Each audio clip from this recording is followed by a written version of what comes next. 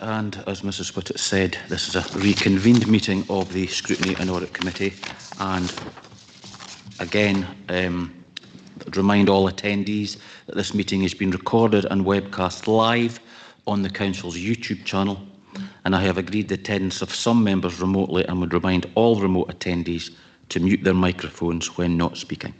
So thank you again and good morning, and we'll go straight to agenda item number 9, which is the Angus Health and Social Care Partnership Annual Performance Report, and we have Mr Cooper with us this morning. Good morning. Thank you. Good morning, Convener. Thank you. I'm speaking to the report today as Jill Galloway is attending a primary care event. But the purpose of the report that's before you today is to update the Scrutiny and Audit Committee on the effect of the Partnership's performance during the years 22 into 23. This report builds on previous reports presented to the Scrutiny and Audit Committee. The report demonstrates some of the improvements being made across the partnership, how progress is being made towards delivering the strategy, vision and planned improvements for the people of Angus. And the annual performance report does contain a variety of data and associated targets from the Angus Health and Social Care Partnership's previous strategic commissioning plan, which ran from 2019 into 2022. This was extended for 1 year due to the pandemic and was acknowledged and discussed by the IJB in June of this year. It's worth noting that the data used to compile the dashboard is the latest available prior to publication. The data is sourced from Public Health Scotland, NHS Tayside and Angus Council, and the majority of data is collected for the financial year 22 and 23, with some data only available for the calendar year 2022. So I can give an example. Our delayed discharge position, which was reported within the dashboard, is now much improved in comparison to what is presented and is now one of the lowest in Scotland as far as delayed discharges go. The Angus Health and Social Care Performance Steering Group will be reviewing the targets for the Strategic Commissioning Plan 23 through to 2036, and these will be presented to the IJB for approval in due course. Of course, I'm happy to answer any queries and questions that any member may have. Thank you. Thank you very much, Mr Cooper. And we have a question from Councillor Dorn. Thank you. Yeah. My question was going to be around the delayed discharge, so it's great to hear that there's improvements there. I just wondered if you'd be able to tell us a little bit as well about what has made a difference there to enable those rates to be improved. Certainly, thank you for your question, Councillor Doran. There's several factors to this, one being that we do have a dedicated delayed discharge team now that is operating to provide specialist resource to ensure that individuals are not in hospital for any longer than they need to be. I think it's also worth noting as well that there has been improved measures taking place as far as our preventative work goes. We have work streams involved at looking at how we can prevent falls, decrease falls in the community, so that we only have individuals in hospital who need to be in hospital, and once they're in hospital that they work towards a planned date of discharge and are then supported to leave timeously. A lot of this is also to do with the resources available in the community. So again, we are using our ERT team, which is our care at home team linked to the partnership to support discharges in a timely fashion. So I think it's a factor of all three of those, Councillor Doran, but it's positive to note that we are now amongst the lowest figures in Scotland as far as our delayed discharge position goes. So clearly it is working. Thank you. Anyone else? Questions? No. Councillor Speed. Thanks, Convener. Yeah, Mr Cooper, there's obviously a really concerning continued increase in terms of unmet need and people within our communities who are not getting the support that they require. I just wondered what is being done to try and address that, and how is individuals' lives being measured and monitored in terms of deteriorations, in terms of risks that they may be in, and also what additional support is being given to unpaid carers who may be having to make sacrifices within their lives in terms of give up employment, and whose health also may be deteriorating, and they may also be needing to seek access to services. I know that respite is a huge challenge for many, and even emergency respite can often not be available when needed at the time of crisis. And my question within all of that is, do you think that we are kind of being more, are we more kind of just reacting to crises too late rather than being able to do that preventative bit of work? Thank you, Councillor Speed, for your question. Okay, I'll do my best to answer in terms of the points you've raised. As far as unmet need goes, you're absolutely right. The numbers of unmet need are high. I've been in post just for 6 or 7 weeks and came from a previous life from another authority. So when I came in, I have personally looked over the unmet need numbers that we do have in Angus and set up a short group to look at this. Some of it, I think, is linked to our eligibility criteria, ensuring that we've got consistent approaches across all our teams at applying that eligibility criteria consistently. We do have a number of individuals on that list already that we've reviewed who would be classed as low or moderate needs. So in essence, that means that those individuals may not require a service with any immediacy. However, they may require support, guidance in terms of their access to welfare, to benefits, potentially, as you've noted already, support to a carer's role, an unpaid carer's role, or perhaps looking at the voluntary sector or third sector support. So this piece of work is ongoing, and I'll be personally providing a report to our clinical care and professional governance group in October to provide an update on that work, and be happy to provide an update to this committee in due course if that is at all helpful. As far as your point in regards to unpaid carers, we do have our carer strategy, which was launched and spoken through recently at IJB. Alongside that, our daycare review. So there's clearly a need for respite in Angus. There's clearly a need to ensure that we're applying the principles, the values associated with the Carers Act in Angus as well. And part of that will be looking at this piece of work, Councillor Speed, in relation to our unmet needs, so that we can really attain what sort of supports are required for carers. It may well be relatively low level, or as you say, it may well be on that higher respite needs basis. So we will continue to take forward that piece of work, but happy to provide further assurance in due course. Thank you. Okay, Councillor Speed, supplementary? No? The only other kind of question that comes to mind is around, I know that there are a lot of families whose young adults are transitioning from children to adult services, and some with really quite complex needs who are having difficulty being able to access one of their local resource centres because they're full to capacity, and that might not change within the next year or two, and in fact that area of need might only increase as well, or is certainly looking likely to. So I just wondered what was being done to address that unmet need. Thank you, Councillor Speed, for the further question. I think I would prefer to come back to you after speaking with Jill Galloway on that one. Jill would be able to give a much better position as far as that work goes on transitioning adults. But I do note your point, which is around local people accessing local resources, so resources that are near them, resources that they can access quickly. An example could be, for example, the carer centre in Angus being in Arbroath, making it difficult for someone placed elsewhere to access support there. So valid point. But if I'm able to go away and come back and respond to that question separately, if that's appropriate, that would be much appreciated. Thank you.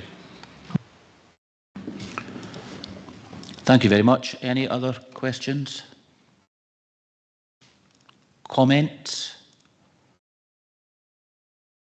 Councillor Speed, is yours a... No comment. Okay, we have the report in front of us and there is one recommendation. Agreed. Okay, thank you very much. Thank you, Mr. Cooper. Members, the next number 10 into the 2022-23 unaudited annual accounts, and I think Mr. Mill is on the meeting and he's going to speak to these. Thank you. Thank you, Convener. Yes, as you say, this report covers the 2022-23 unaudited accounting statements for Angus Council. There's a hyperlink to the accounts in the body of the report. These were submitted to Audit Scotland for review on 30th of June and have also been published on the Council's website. Page numbers I'll refer to are those at the foot of the accounts pages themselves. And I'll go through some highlights from the accounts, but in a lot less detail than I did at the briefing session for members last Tuesday. Before turning to the accounts, I would note firstly that detail of the Council's financial results for 22-23 were reported to the 22nd of June Council meeting in Report 189/23, so a lot more detail about the actual outturn by service is available in that report. However, the draft accounts themselves were placed on the internet and made available for public inspection during July, but today's the first opportunity for members to formally scrutinise the full detail in the accounts and ask questions. There's a large amount of detail in the accounts, but much of this is notes providing additional detail to the main financial statements and explaining those figures and providing reconciliation between the host of figures that are in the accounts. Much of this detail is for technical users of the accounts. The management commentary on pages 2 to 26 of the accounts is perhaps the key statement for non-accountants, and we've tried in there to summarise the key facts and figures. Paragraph 12 on page 14 is particularly relevant, as this gives a summary of our financial position at the close of the financial year. Of the main accounting statements in the accounts, I would suggest those for the committee to focus on would be, firstly, page 49, the movement in reserve statement of the accounts.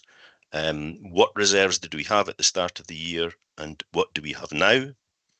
And secondly, the comprehensive income and expenditure statement on page 50. How did we perform against our budgeted income and expenditure? Although, as attendees to the briefing last Tuesday will recall, this includes a number of accounting adjustments which distort our cash position. And therefore, again, I would refer you to the June report if you want to know how we performed budget against actual for our various services. And the final statement is the balance sheet on page 51. What is the value of our assets and liabilities? And as explained last Tuesday, that's increased significantly year on year, mainly due to our pension deficit turning into a pension asset. So some highlights on the general fund position, revenue position firstly. In summary, and as highlighted on figure 6 on page 16 of the accounts, we ended 2022-23 £12.50 million better off than planned on the general fund. The main reasons for this are set out on page 16, with the two most significant items being firstly, additional savings of £2.2 million in employee costs through slippage. That was primarily a result of industrial action by teaching staff and the reversal of the increase in the national insurance contribution rate by the UK government. And the significant item was retention of prepaid government grants of £9.2 million, with a significant element of that being in relation to Ukraine refugee grant funding that wasn't used by the year end because it was paid in advance by the Scottish Government. Figure 8 on page 19 of the accounts shows the various reserves in place at 31st of March 2023. And it may be noted there was a balance of £71.214 million in general fund balances. Figure 9 on page 19 of the accounts demonstrates that £68.692 million of that is earmarked for specific purposes. The largest element of that earmarking is the £23 million held for our balanced budget reserve strategy that was approved at the Council tax setting meeting back in March. Now, removing those commitments leaves us with an uncommitted general fund balance at 31st of March of £2.522 million. I would highlight as set out in paragraph 5.1 of the covering report that this is just over £1 million lower than what was reported in the June outturn report. Now, this is due to two adjustments to the 2022-23 draft accounts, which were not reflected in the June report, one due to a late invoice and the other for a double counted grant element of grant income. So that figure is £1 million lower of an uncommitted general fund balance than it was in the June report, if you go back to look at the June report. Our housing revenue account revenue position, figure 8 on page 19 of the accounts, shows that the housing revenue account incurred a deficit over 2022-23 of £184,000, leaving a balance at the 31st of March of 4.186 million. The overall capital position, so as noted in paragraph 12.6 on page 18 of the accounts, the council spent a gross sum of 33.929 million in capital. The programme was impacted by slippage, with 6.246 million evident on the general fund and 3.127 million on the housing revenue account. Sections 12 and 13 provide the main reasons for that slippage occurring, but the previously noted report 18923 back in June provides much more detail for members on the reasons for slippage. Now, our balance sheet position on page 51 of the accounts is strong, with just over £1 billion of net assets. This is a year-on-year increase of £257 million. The most material movements that I've already referred to are due to a £45 million increase in the value of our property, plant and equipment. The main reason for that £45 million increase results from a number of assets being valued at the cost to replace them. Replacement costs have increased significantly over the last year due to continued construction inflation, and thus increased the value of the assets on our balance sheet. And the second reason is a £210 million decrease in our pension liability. This has actually moved from a council pension liability of £22 million last year to a pension asset of £188 million this year. The key reason for this has been due to changes in bond prices as a result of global financial issues. That has resulted in an increase in the discount rate our actuaries use to reduce the council's future pension liabilities back to today's prices, and therefore a large reduction in this liability compared with our pension assets. And that concludes my summary of the accounts. Happy to take any questions. Thank you, Mr. Mill. Mr. Mill, I actually have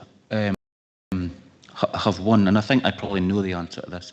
You touched on 186,000 deficit to the housing revenue account. Why was that? What caused that? Thank you.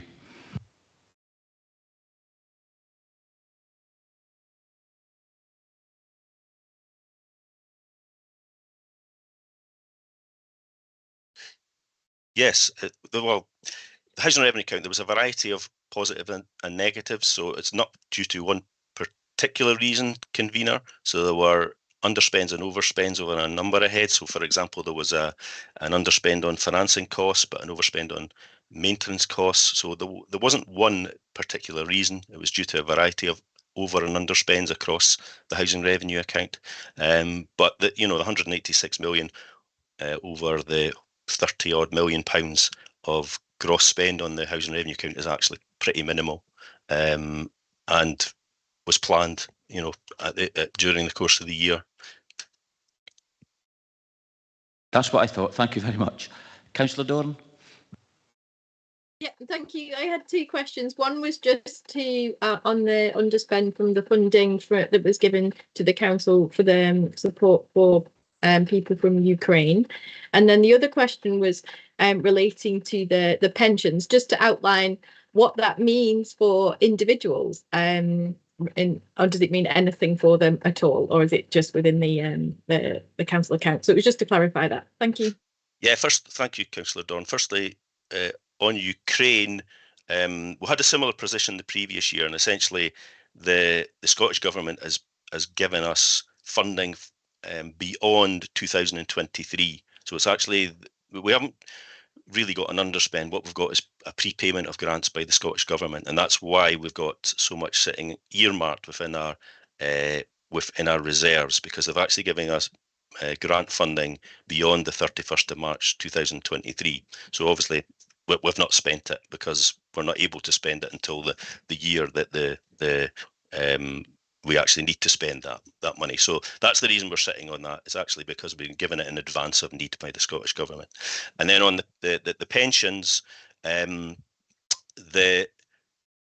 what you see in the balance sheet is an assessment of our share of the Tayside Pension Fund assets and liabilities. Now they're based on a huge number of assessments of inflation, how long people will live, when people will retire, various assumptions. And the reason for that is basically to give us an asset or liability assessment at the balance sheet date every year. Now, with regard to people's individual pensions, what happens with those is there is a valuation that takes place by the Tayside Pension Fund every 3 years on a 3-yearly basis, and that looks separately. It's separate from the valuations that are done for the balance sheet, and that looks at the liabilities and assets of the fund. And what they determine at that point is whether employer or employee pension contributions need to go up or down in light of that assessment. So at the moment, that valuation of the balance sheet has no impact at all for individuals. What happens separately is that every 3 years there's an assessment of assets and liabilities, and in response to that, employees and employers will be asked to perhaps pay more or pay less if assets are doing significantly better, although I've never known the pension contribution rate to go down yet. Is there any follow-up? Is that fine? No, that's fine. Thank you. Thank you. Thank you very much. Councillor Vaughan, question? Yes, thank you, Chair. Mr Mill, it was just a query on page 191. You mentioned the reusable reserves. They had reduced by 1,000,007, I think it was, is the figure. It says on there it's too late creditors, but did you mention, it's just a very quick question, did you mention it was actually a double entry of a Scottish Government grant as well, or was it too late creditors? I'm not sure, I'm kind of confused there. Yeah, what essentially was, yeah, I mean, we've double counting of, one was a late invoice, so essentially taking an additional creditor, and the other one was because a grant payment had been put through the June position twice, and it should only been put through once. And so essentially reversing it was a creditor, you know, in technical accounting terms. So it wasn't a creditor, as people might understand, like an invoice, but for our accounting sakes, it was a credit that was put through to reverse that entry. But it was, okay. Yeah, so it wasn't 2 invoices, it was 1 invoice and 1 double count. Okay, thank you. Thank you. Any other questions? No, because there was quite a few done last week, and it was a very good briefing that we got, Mr Mill. Thank you. Any comment? I don't see anybody online either. We have the recommendations then in front of us. Is this report agreed? Agreed. Thank you very much. And now agenda item number 11 is the annual governance statement assurances, and it's a report by Mrs Williamson, our Chief Executive. Thank you. Thanks, Convener. In June, Scrutiny and Audit approved our assurance statement for the Council. At this time, our other organisations that relate to our group accounts was not available. So this report advises members of the governance assurance in response to these different groups. The Tayside Joint Valuation Board, Tayside Contracts and Angus Health and Social Care IGB. You'll note recommendation 2 asks committee to note that Angus Alive will not have its assurance authorised until its meeting on the 15th of September, but to seek assurance and take assurance from a letter of comfort from their chair. And recommendation 4 asks to delegate authority to the Director of Legal to update Angus Council's draft annual governance statement as necessary. And finally, authorise our convener to write on behalf of the committee to Angus Alive and the Health and Social Care Partnership IGB, confirming the adequacy and effectiveness of their arrangements. And with that, I'll take any questions. Thank you, Mrs Williamson. Any questions? Councillor Shepherd, thank you. Thanks. Just on page 193, the report relating to Tayside contracts, I was just wondering, as on Tayside contracts, corporate risks register, some of their management of cost, budget reduction in their insufficient surplus. Once they'd put mitigations in Tayside contracts, the risk was still high. So I'm just wondering if Chief Executive thinks that organisations like Tayside contracts might need further funding, and there's a possibility that there might not be surpluses generated there going forward. Thanks. Yeah, thanks. Thanks for your question. I mean, like all risk registers, we keep them under tight scrutiny, and the work of Tayside contracts is something that, through the Joint Committee and through our officer groups, we look very closely at their spend on an ongoing basis. At this stage, we are relatively comfortable with where we are in terms of the engagement with Tayside contracts, and as a consequence of the work that's ongoing, we will just progress that and see how it comes out in terms of what their requirements will be. But Tayside contracts are doing an awful lot of work presently to look at their systems and look at how we can all ensure that we're doing things similarly across the different councils to bring in some reduction in their spend. Thank you. Thank you. Any other questions? No comments? Okay, thank you very much. There are 4 recommendations. Is this report agreed? Agreed. Thank you. And the next one is again a report by our Chief Executive, and it's the corporate risks and risk management. Thank you. Thanks, Convener. Committee's asked to note the continuing work being undertaken to promote and embed risk management within the Council and to scrutinise our corporate risk register. These are our risks at the very highest level. We have many risk registers throughout the organisation, but this is the corporate risk register. I guess of note is the health and safety compliance risk score. It's been increased from 9 to 12 due to competing demands, resources in addition to the fire risk. Also of note is that we are removing the pandemic risk now from the corporate level. That doesn't mean to say that we're not keeping an eye on it at other levels within the Council. And finally, we are looking very closely at NCS, National Care Service.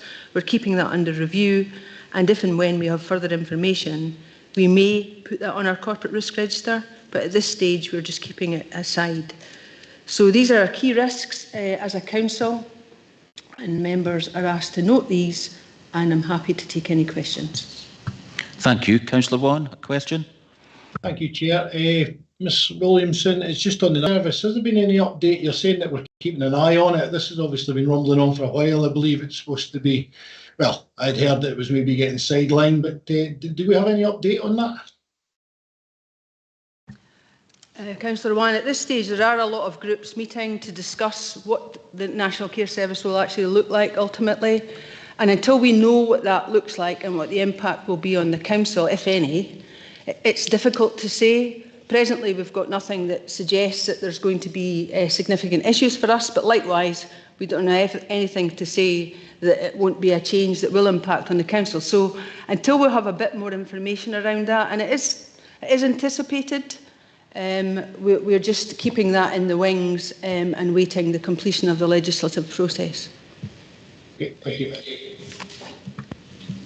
Thank you. Any other questions? No comments?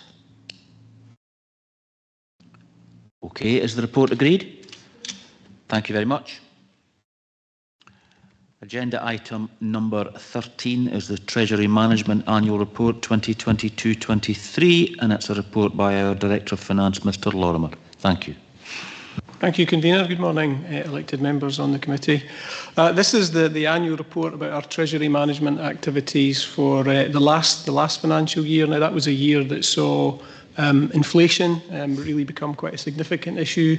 In response to that, we saw multiple rises over the course of the year in terms of the base rate set by the Bank of England and all the knock-on consequences to that. And I suppose what it reminds us of is that the Treasury management activities of Angus Council are very much impacted by what's happening in the wider kind of UK and international economies, and trying to anticipate and respond to that.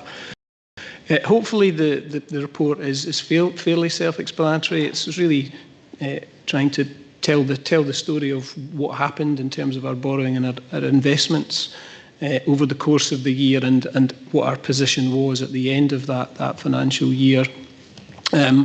Our average interest rate on our borrowing, this is on page 237, table 2, was a good bit below budget. We're 3.93% was the average interest rate on our borrowing last year, compared to a budget of 4.5%. So that was a saving. Rising interest rates, although they affect borrowing costs, that did mean that the return that we could make on our temporary cash investments was again quite a bit higher than we had budgeted for. So again, a positive financial effect there. So we managed to get 1.87% over the whole of the year, compared to a budget estimate of 0.5%. So that's the flip side of rising interest rates. Now, we didn't undertake any new borrowing during the year, but we did repay borrowing that naturally matured. That's in table 5. You'll see some of those borrowings were undertaken many years ago. It gives the sense of how long-term some Treasury decisions are.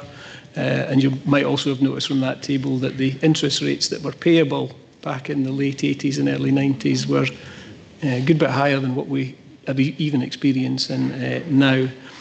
The report also, just in terms of borrowing, we're continuing to defer new borrowing until interest rates are more favourable. So we do have a borrowing need to fund our capital expenditure programme, but at the same time we're also sitting on reasonable amounts of temporary cash balances. So we're just deferring that borrowing for the time being. The report includes a link to the Treasury Management Practices documentation. That's really our operational rule book for myself and for my team that undertake the Treasury Management.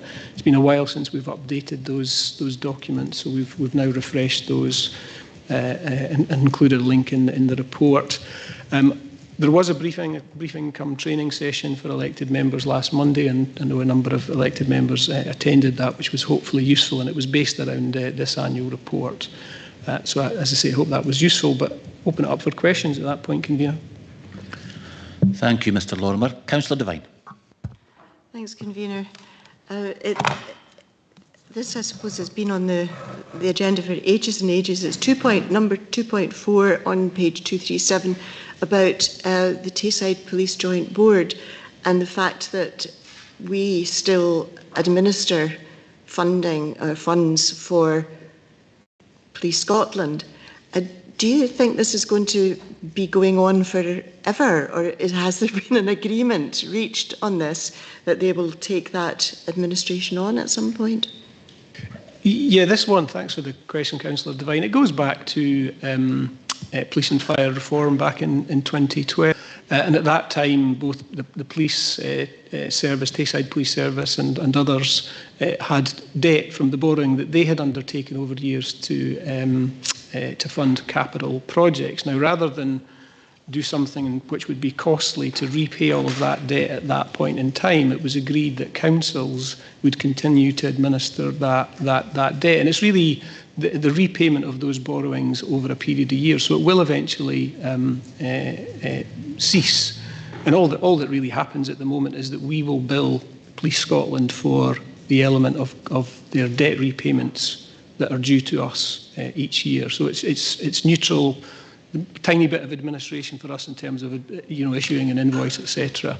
But it's really quite a pragmatic way of dealing with that legacy issue. But it will eventually all be repaid. Thanks. Councillor Nicholl. Thank you, Convener. With interest rates going up, this will affect our borrowing. Will this have a severe knock-on effect to future projects? And how close are we to our maximum borrowing?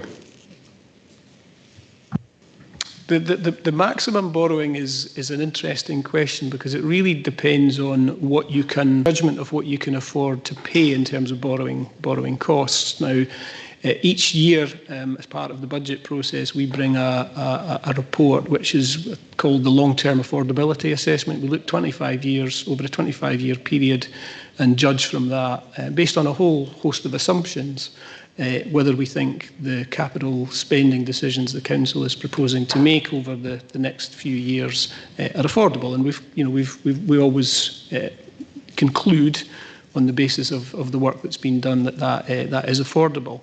Rising interest rates is a challenge, no question. Partly, as I said in my introduction, we're deferring borrowing that we know that we need to do because the indications are that interest rates will begin to fall back. Now, there's probably a lot of speculation as to when and how much, and we don't know that.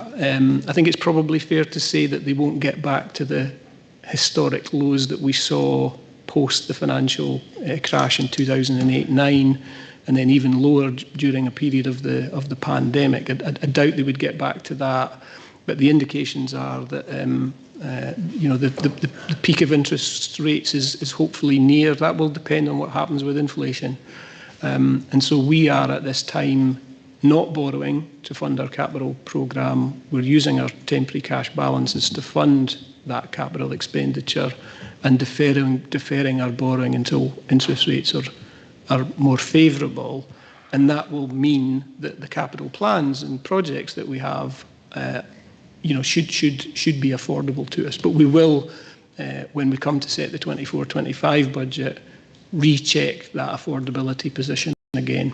So it's something that we're keeping under review, but our Treasury activity and our strategy is actively trying to ensure that the borrowing that we do is timed for when interest rates are most favourable. That's not an easy thing to do, but that's what we try to do.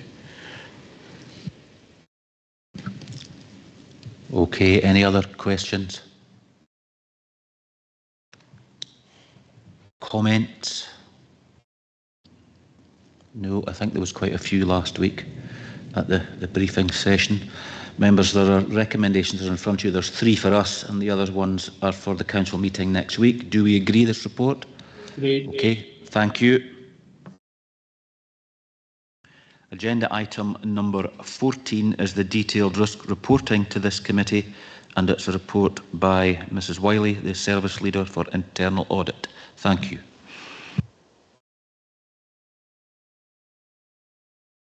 Hello, thank you. This is about the detailed risk, and unfortunately it's Mr. Lorimer again who's going to actually present this to you. Thank you. My apologies. Sorry, it's unfortunately for Ian, I mean, just because he has to speak again.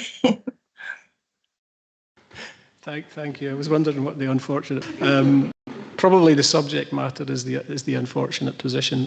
Thank you, convener. Yeah. So the members of the committee are really all too well aware of the financial challenges facing the council. They've been widely covered in terms of budget setting in multiple reports to committee. So I was conscious in preparing for this. I did quite a detailed update into the August Scrutiny and Audit Committee of 2022, so a year ago, in relation to this. So I didn't want to, go through all of it in a great amount of detail again. Just really highlight a few things.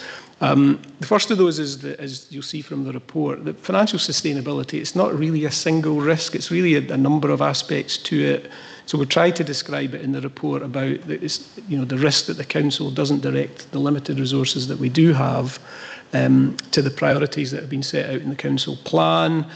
It's about potentially the council not being clear enough about what will not be prioritised for funding, because that can be quite a challenge. It could be, or that risk could manifest itself in terms of us not being able to achieve the required level of savings to balance the budget, etc., etc., etc. And the one that's probably scariest of all in that kind of package of issues is the funding available to the council simply not being enough in total to deliver all of the statutory duties that we're required to deliver. So those are the kind of issues to worry about. And as I said, I've covered financial sustainability has been on the Council's radar for a long time. Now, we don't have to look too terribly far. There's some, particularly down in England, local authorities in some pretty serious financial difficulty. So these risks are real, and we need to work really hard to avoid those risks happening. The challenge for us is that we only have kind of partial influence over our fate, because the statutory framework and most of the funding that we rely on is set by others. Those are things that are determined nationally. So we're not in full control of our own destiny around that. The likelihood and impact scores for this financial sustainability risk, they're both 5. So that gives a combined score of 25. Now that's the highest possible level of risk, which is clearly not where we would want to be, but is a reflection of the many challenges that we have. The funding gap, again, but this has been covered in previous reports. We're looking at a 60 million gap for this year and the 2 following years to try and close. And that's on top of 78 million that's already been saved in previous years. So that's why this risk is high, because of all of the savings we have already made and the significant level of further savings and funding gap that needs to be bridged. Now, there are some positive developments. I think it's worth highlighting, which I hope will make a difference. They've not in this update to the risk register made a difference to the scoring, because we just need to see how these things pan out. So maybe in 6 months or so we might be able to have another look at that. But those positive developments include things like the Verity House Agreement. There's a fiscal framework between Scottish Government and local government that will be associated with that that's currently being worked on. There are reforms to council tax that are being consulted on right now. And there's also all of those things might potentially, depending on how they pan out, ease the pressures on the council's finances to a degree. Now, they're not likely to be on their own the sole answer, but those are steps in the right direction, I think, in terms of the potential to ease some of the pressures on the council's finances. And we'll have another look at the risk score once we see whether any or all of those proposals are to be implemented. Now, as you know, when we have a risk score that's above the target, we take action. We have mitigating actions to try and reduce that risk. That is particularly challenging here, but we're doing all the right things. We're preparing our change programme. We're updating our medium-term budget strategy. We're managing our finances closely during the year. Things that we've done for many years successfully as Angus. But the reality of the financial sustainability challenge is that it needs government help too. This is not something we can fix on our own. But things like the Verity House Agreement that I mentioned, that's obviously a step towards that. There's one mitigating action to specifically highlight, and that's the preparation of a long-term financial planning framework for the council. I'm proposing to bring a report on that to the council meeting on the 7th of September, so that's something to look forward to in your papers when that comes forward. But within that report, there's a detailed financial resilience assessment and a detailed assessment of the council's long-term financial sustainability, and those I think are helpful things to have done to inform this risk moving forward. So in summary, our financial sustainability risks remains very high, much higher than we would want it to be. There are some important changes and reforms coming through, or potentially coming through at a national level, but much more significant reform to the system and the funding and the responsibilities of councils are going to be required to kind of address this one. Hopefully that's a bit of a whistle-stop tour for members on this one, but again, happy to open up for questions, Convener. Thank you, Mr Lorimer. Councillor Vaughan. Thank you again, Chair. I noticed this morning that they've used your concerned look picture in the Courier, Mr Lorimer. I know it's on a slightly different matter, but you've mentioned the council tax consultation that we're possibly going to, or will be going into with COSLA. My concern on this one, question on this one really is it's not sustainable for the council going forward, as you've mentioned and went over quite in depth there. But do we have any details on this Verity House agreement, or when it's likely to start coming to fruition, or when we will have more details on it? Thanks, Councillor Warren. Yeah, the Verity House agreement has agreed. It's out there. It's available to look at. It's in the public domain. Includes a number of commitments and principles and I suppose aspirations. I think we should start to see some of the impact of that fairly soon. So one of the aspects of it is in relation to the preparation of the government's budget for 24-25 and the extent of dialogue and consultation with local government that will happen as part of that. There's also commitments within the agreement around ring-fenced and directed funding. So we should, through the preparation of the 24-25 budget, begin to see the impact of that and just how far that impact might go. The fact that we've still to see some of that pan out is partly why I'm keeping the risk score at the same level that it is at the moment. But what I'm saying is that hopefully, 6 months down the line, we might see more evidence of the impact of things like the Verity House agreement, which would allow us to take update the view in terms of the risk score. Hopefully that helps. Thank you. Councillor Dorn. Yeah, mine's just a more general question in terms of, do we know how this compares with other councils? Is everyone in the same position, or anyone else managing to lower that risk? Thanks, Councillor Dorn. A really good question. I don't know for sure because I haven't researched other council risk registers, but I think we do know that local government as a sector is under huge financial pressures. So I would say it's a pretty common approach. We've always managed to manage our finances and our financial position pretty well over the years. So I think that helps us. But yeah, I don't know for certain, but I think it's a pretty common issue. And COSLA have raised that on behalf of all councils as a particular challenge. And, the Verity House agreement and other things happening are in response to that, because all councils are under pressure. Some will have different pressures in different places, but it's a pretty common thread, I would say. Okay, thank you. Any other questions? Oh, comments? Councillor Devine. Thanks. I think as councillors we really want to welcome the Verity House agreement, because we have been calling out for much better communication between councils and government, and I think this is a really good step forward, and I think that we're going to see some things coming forward fairly soon which will help us on our way. Fingers crossed. Thank you. Anyone else? Comments? No. Okay. There are two recommendations. Is this report agreed? Thank you.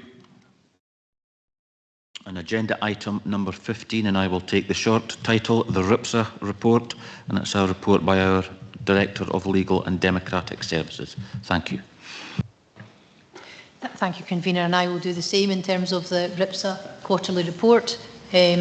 In terms of best practice, we're asked to bring this quarterly to Scrutiny and Audit Committee, and for this quarter there was no authorisations granted for surveillance or other investigated activities that are regulated in terms of RIPSA. So it's just asking the committee to note this. Thank you. Thank you. This is a very straightforward one, I think. Any questions? No. Comments? Do we agree to note? Thank you very much. Agenda item number 16 is again by our Director of Legal and Democratic Services, and it's the quarterly complaints report. Thank you. Thank you, Convener. This is the quarterly complaint and compliments reports, as you've said. It's for the period from 1st January to 31st of March.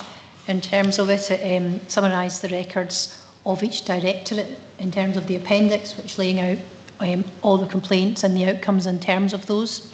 The cover report itself details the performance indicators as set by the SPSO and the information relating to that, and also in terms of section 5 of the report, there's details of the compliments received, including the detailed customer assessment we have in relation to housing, which is also outlined there, including the monthly repair satisfaction survey.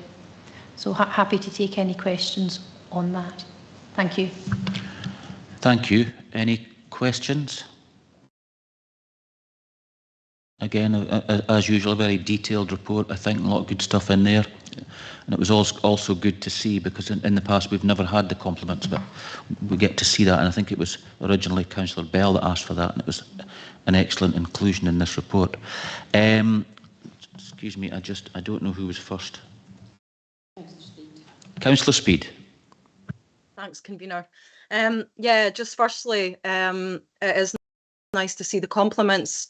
I don't say it at every meeting that I come to, but, you know, a huge amount of work goes on every day within Angus Council, and, you know, all of our staff are doing great jobs that often go unnoticed. However, in terms of the complaints, and one of the key themes that I picked up on was around communication, and complaints around our customers not being able to communicate or receive that effective communication that they're looking for, and most importantly often need, especially at the time of crisis or emergency, or when things just aren't going well. That's often when we become and feel that they're getting the right response or the right service. And so what I wanted to kind of pick up on was the fact that just recently, over recess, in terms of housing and Angus Health and Social Care Partnership and the new complaints and queries box that's been set up, email box that's been set up for us as elected members to use, rather than be contacting officers directly. Firstly, I kind of, you know, as key stakeholders in that bit of work, we weren't really directed or we weren't consulted on or involved in any discussion around that change.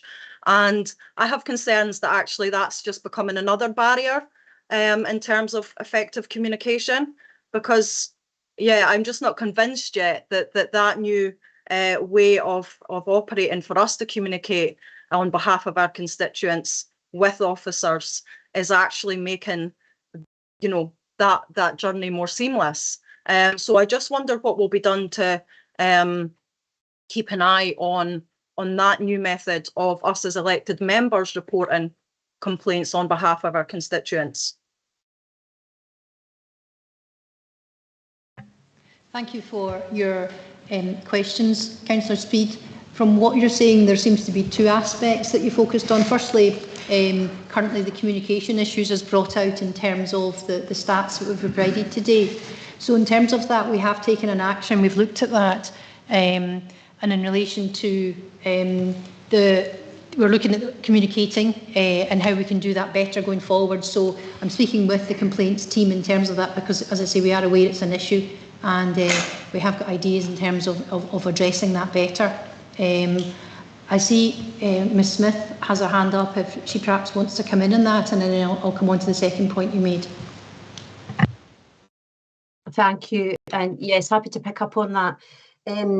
As we shared with members, complaints and how we can handle complaints is one of the priority areas for improvement that we have identified through engagement with tenants, but also with staff, and feedback that we've had in terms of looking at some of the statistics in terms of time and responses and things like that. This is a trial that we've put in place. One of the things we're really keen to look at is greater analysis of complaints, as opposed to just responding to complaint after complaint, starting to identify themes that are coming through, or where things have been missed and timescales, etc. So putting in a dedicated officer who is dealing with complaints now is allowing us to do that analysis and really picking up some of the trends where we see there's recurring themes that are coming through, and that'll feed into our improvement plan. We do, however, have a briefing for members set up for next week, and I believe Catherine Johnson has written out asking for topics that specifically members may like covered at that briefing. And we're expecting the complaints process, how the pilot's going. We'll be able to give some detail on how that's going, and just sort of talking through where that could be changed or improved. As I say, it is a pilot, so it may not continue, but we needed to try something radically different to try it and get in about the sort of recurring issues that we were having in respect to complaints.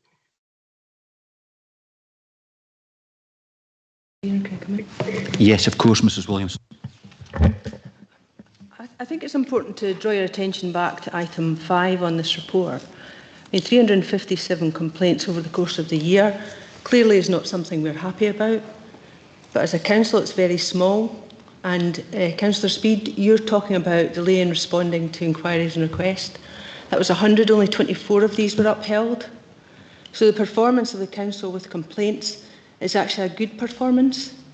Having said that, we take all the complaints seriously, but I wouldn't want it to be disproportionately reported in terms of the number of complaints we get as a council.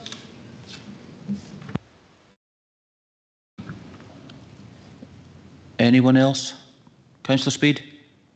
Is that an old hand? No, an old hand. Okay. Councillor Dorn. Sorry, I just wanted to clarify on that. Are we talking both reports now, both the annual and the kind of the breakdown of the recent complaints? Just because that the comment related to the second report. Just so I had a question about the annual report. That's all. We're actually on agenda item number 16. So that's the first one. Okay, fine. Yes. Is your question related to this or agenda item 17? The next one? I said next one, but Okay. just the answering that comment related some of the stats in the annual report. That's all. That's why I wanted to just check. Okay, thank you. Anyone else? Comments? Is the report agreed? Okay, thank you. Agenda item number 17 is the annual complaints report 2022-23, and again it's by Mrs. Buchanan. Thank you. Thank you, Convener. This is the annual complaints report, as you've said.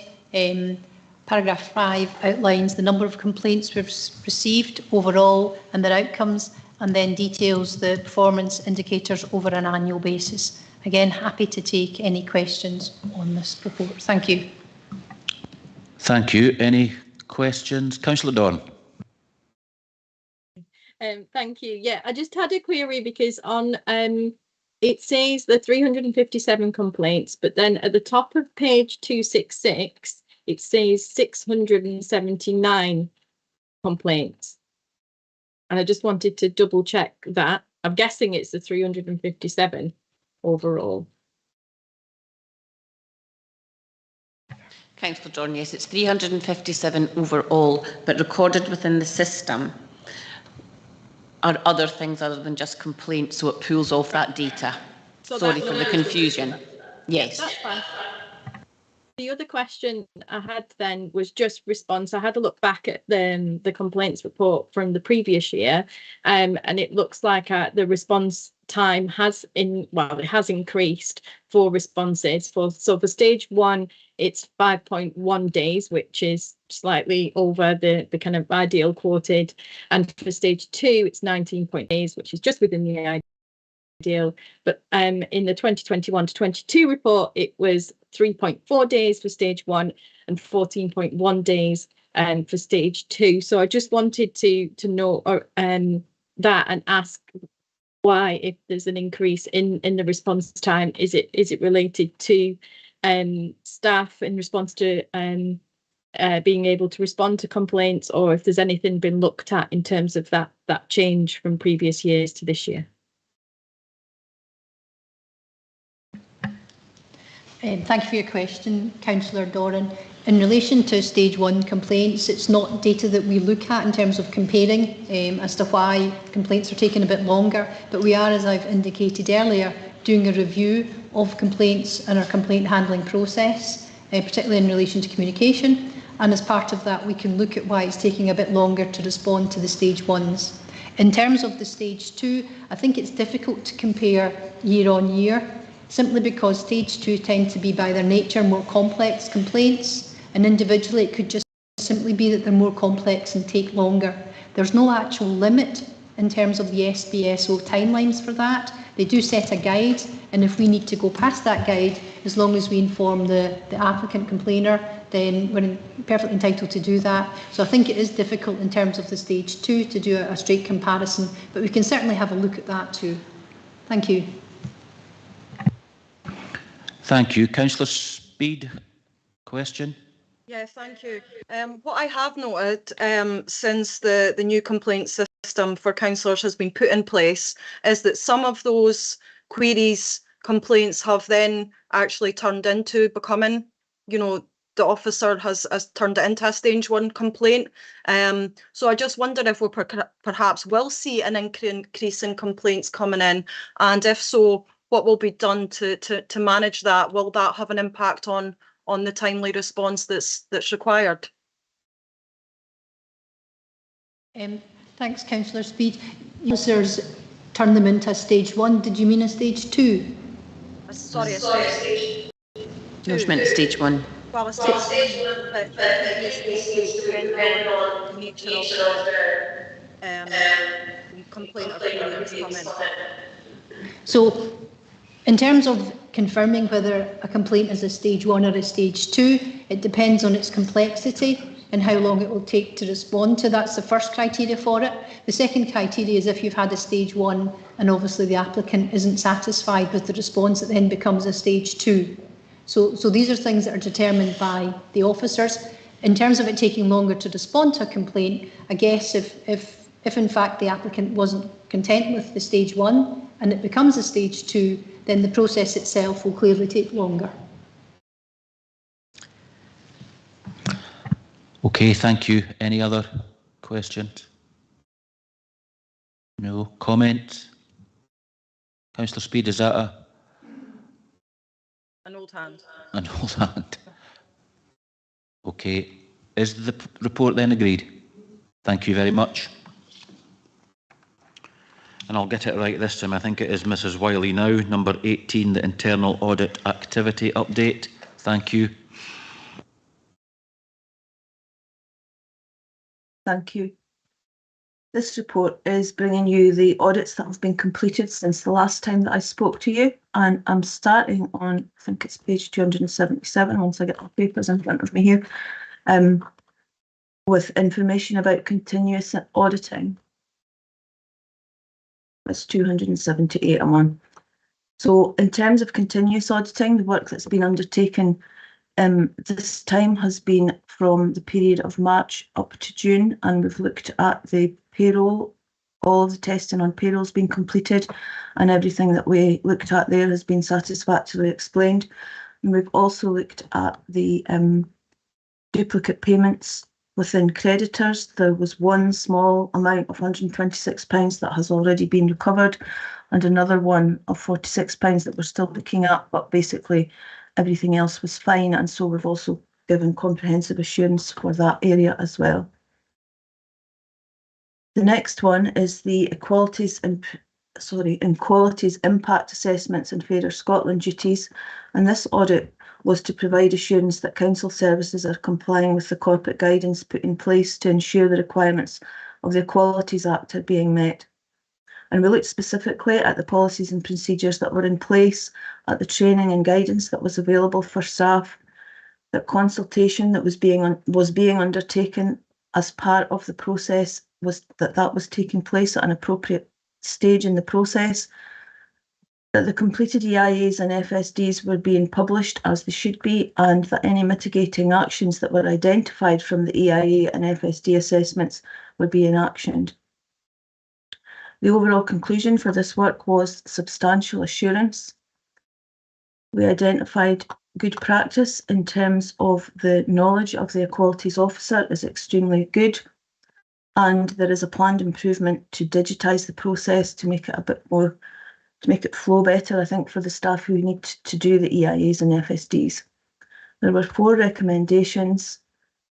The first one was to make sure that this could be considered at the start of every project and not once the project or policy revision has been started, and that a committee report should not be able to be updated without the EIA and FSD form attached if that is required.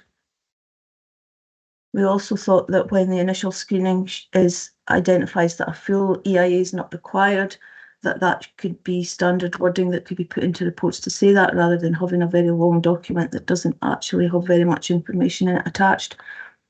And also, there are EIA service champions, and we felt that there was scope for some of them, when there's time available, to perhaps shadow each other just to get a bit more experience and increase their knowledge around what they need to do when they're given advice around this.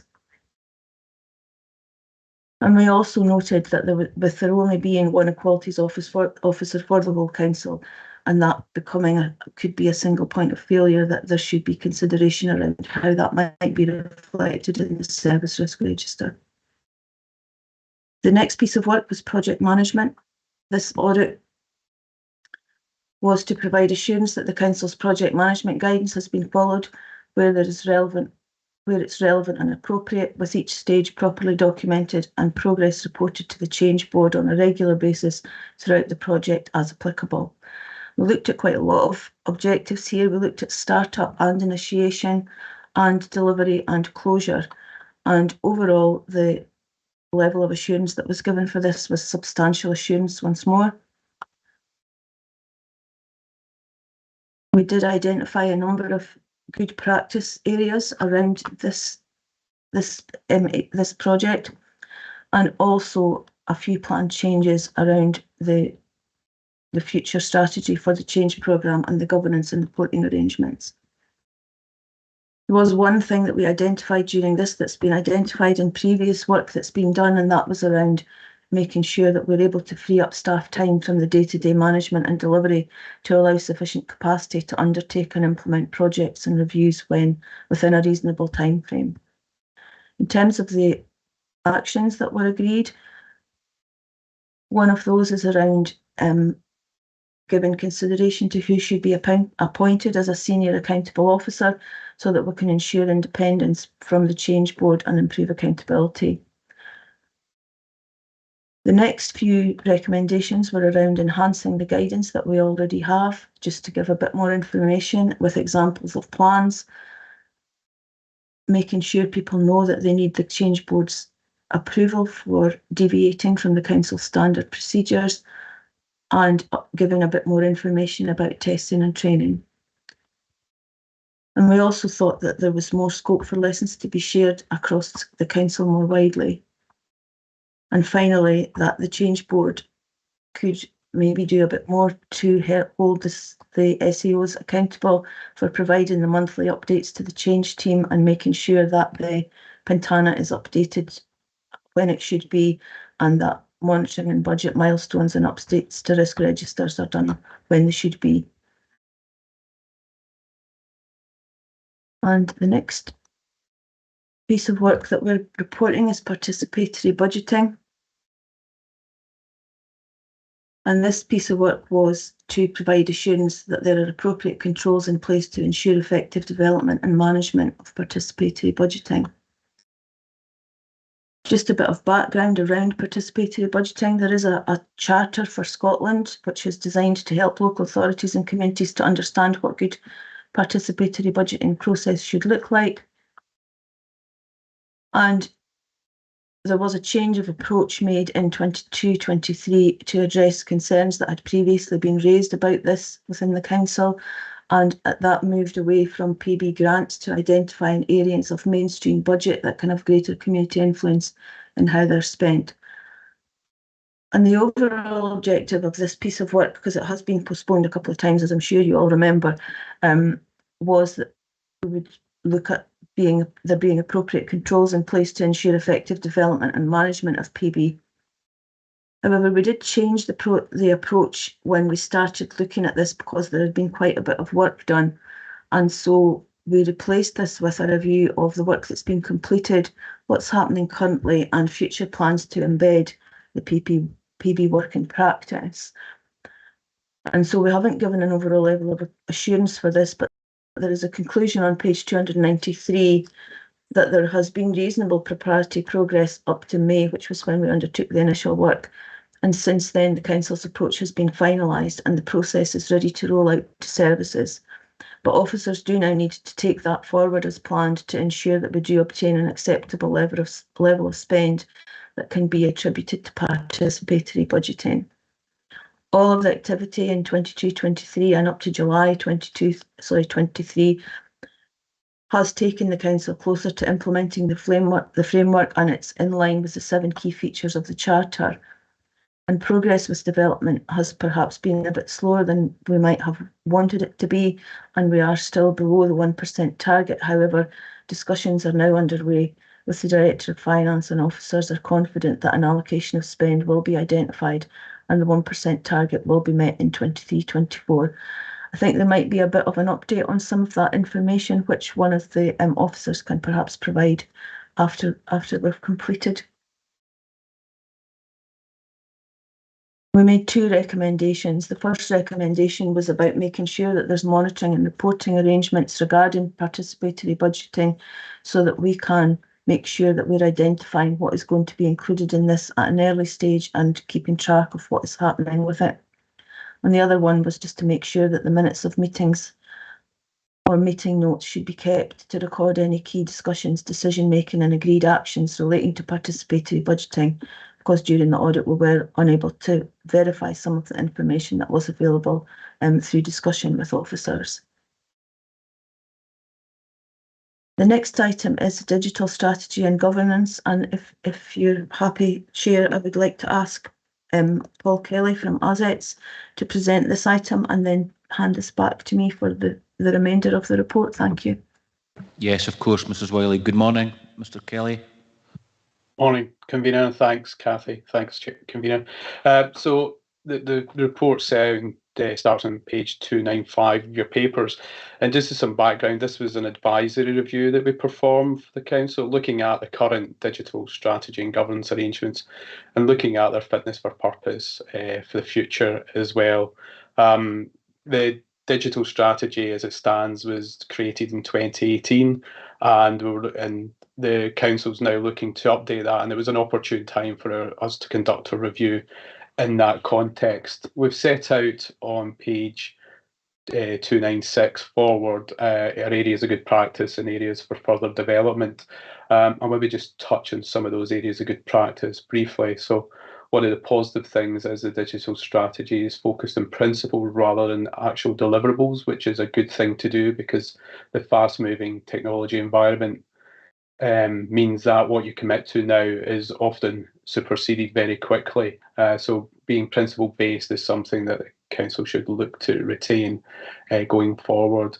There's also a good process for smaller scale digital developments that allowed agile approaches to small scale developments without having to go through the rigour of a full governance cycle, which can put people off from engaging in the process.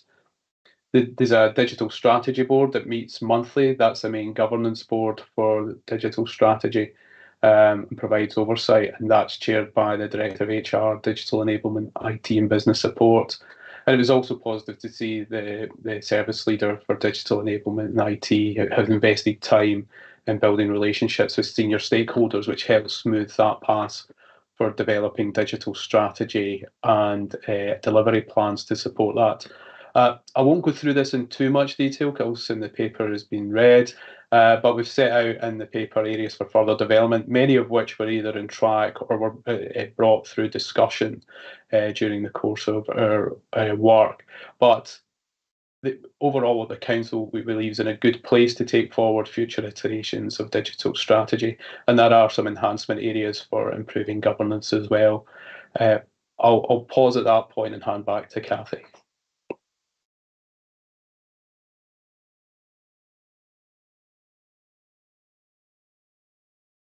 Mrs. Wiley, you're on mute.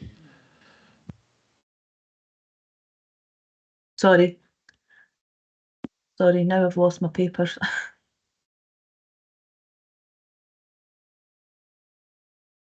Hold on, sorry, thank you. Yeah, the next one that I'm talking about is the mandatory e-learning courses, which are on page 299. And this audit was planned to assess compliance with mandatory e-learning courses and processes in place to achieve maximum uptake. We already know that sometimes mandatory training is not being completed, and HR is currently reviewing how this is approached, recognising that we do need to make sure that people are undertaking the mandatory training, that we need a list of what that training will be, and that we should be reviewing how people are applying the mandatory training. So we had a discussion and thought that perhaps at this stage, because there's work being taken forward at the moment, including through the workforce planning development discussions that are taking place at the moment, that it wouldn't be helpful to undertake an audit at this point, because we would not be telling people anything that had not already been identified, and therefore we're postponing this audit at the moment, and we will take that forward in due course once it's an appropriate time to do this.